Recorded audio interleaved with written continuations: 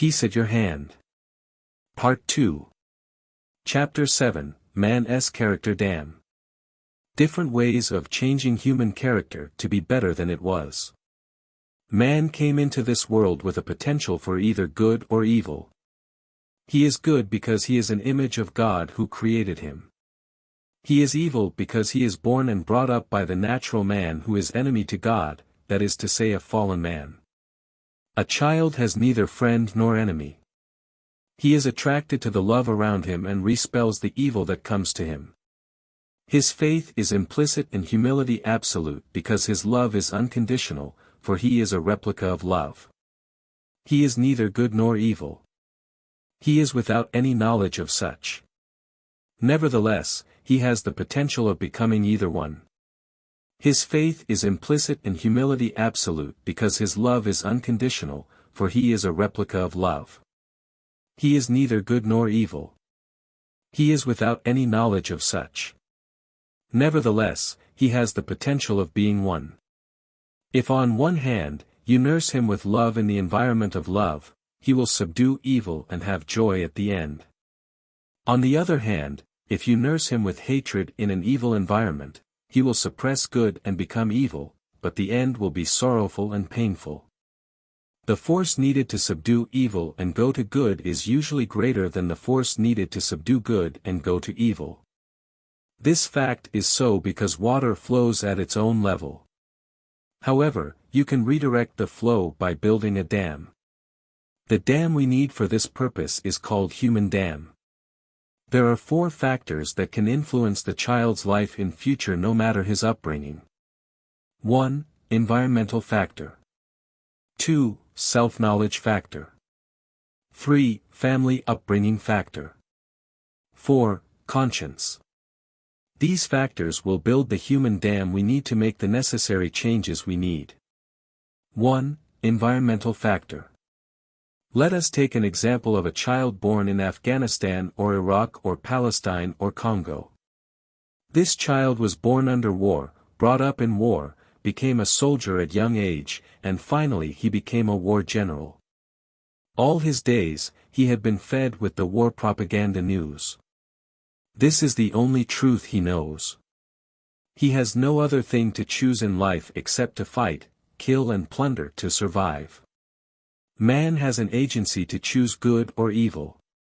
But one cannot choose if there is just one thing available. This war child has no option other than war. He sees the world as a battlefield. What chance has he to learn that there is a word called peace? He has not seen peace in all his life. Perhaps, the only chance he might have had is to disobey his commander and face death. In any case, he had no reason to disobey his commander because his whole life depends on the war to fight, kill and plunder to survive. Man has an agency to choose good or evil. But one cannot choose if there is just one thing available. This war child has no other option than war. He sees the world as a battlefield. What chance has he to learn that there is a word called peace? He has not seen peace in all his life. Perhaps, the only chance he might have had is to disobey his commander and face death. In any case, he had no reason to disobey his commander because his whole life depends on the war to fight, to kill and survive. Nevertheless, there is a way to help him to have another object of choice. This is to build a dam to change the course of the evil flow to peaceful flow. 2. Self-awareness, knowledge, factor.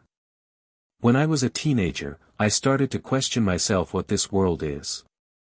I wondered much about the existence of higher power that controls the universe.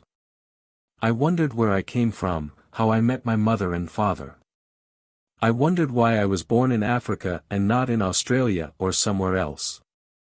I asked why Africans are black and not white like the Europeans. I wondered where I would be going after I leave this world. What is death? Why must man die? These questions and the like have brought about my first book, What is My Mission? What is my mission is to help people who might have been misled by the great confusion in the world today about the existence of God and the relationship between human beings and God. The purpose of creation, the infinite love of God and His mercy, the great atonement of His Son Jesus Christ for the salvation of mankind that has been taken for granted by man, because of man's lack of understanding and stubbornness. 3. Family upbringing factor. My son Samuel was very stubborn when he was small. I used to teach him with his sisters together. He was so stubborn that I thought he was not interested. Today he tells me, "Papa, do you think that I have forgotten all that you taught us?" My daughter Sandra was listening, but never applied any of the principles I taught her. Sometimes I ask her, "Nke, would you ever apply these principles?" Her response was, "Papa, I do learn all you taught us." Today she is a good disciplinarian, tidy and orderly. My senior daughter, Julie, was exceptional. She learned and applied all, even more. Today she is my teacher. She says to me, "Papa, have you forgotten that you taught me all that I know today?" I had the privilege to raise my younger brother Joseph. He says to me, "Deden, do you know that you are a very wealthy man on earth?" I ask him, "What do you mean?" and he said, "Look at all of us you have brought up and taught us all good things, we have not forgotten them." Family upbringing provides a child with the strong latent power to choose right in life. It may not be immediate, but it surely yields the fruit of the seed you plant. Teach a child the way he will go, when he grows up he will never forget it. 4. Conscience. Conscience is a powerful natural tool that invokes the inner man to reflect over himself. This happens sometimes in a man's lifetime. It is so powerful that it moves man to a turning point in his life no matter his status in life. It usually happens with a repentant spirit, and it leads man to good choice. Conscience is a strong character reformer. It is the water dam, which changes the course of flowing river. The reflection of an unknown general is a function of good conscience likened to the reflection and change of Alma the Junior, the son of Alma the old prophet.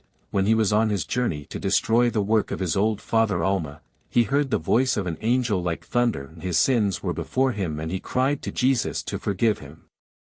From that day he became a great prophet and did a lot of good works and was admired by God for his work.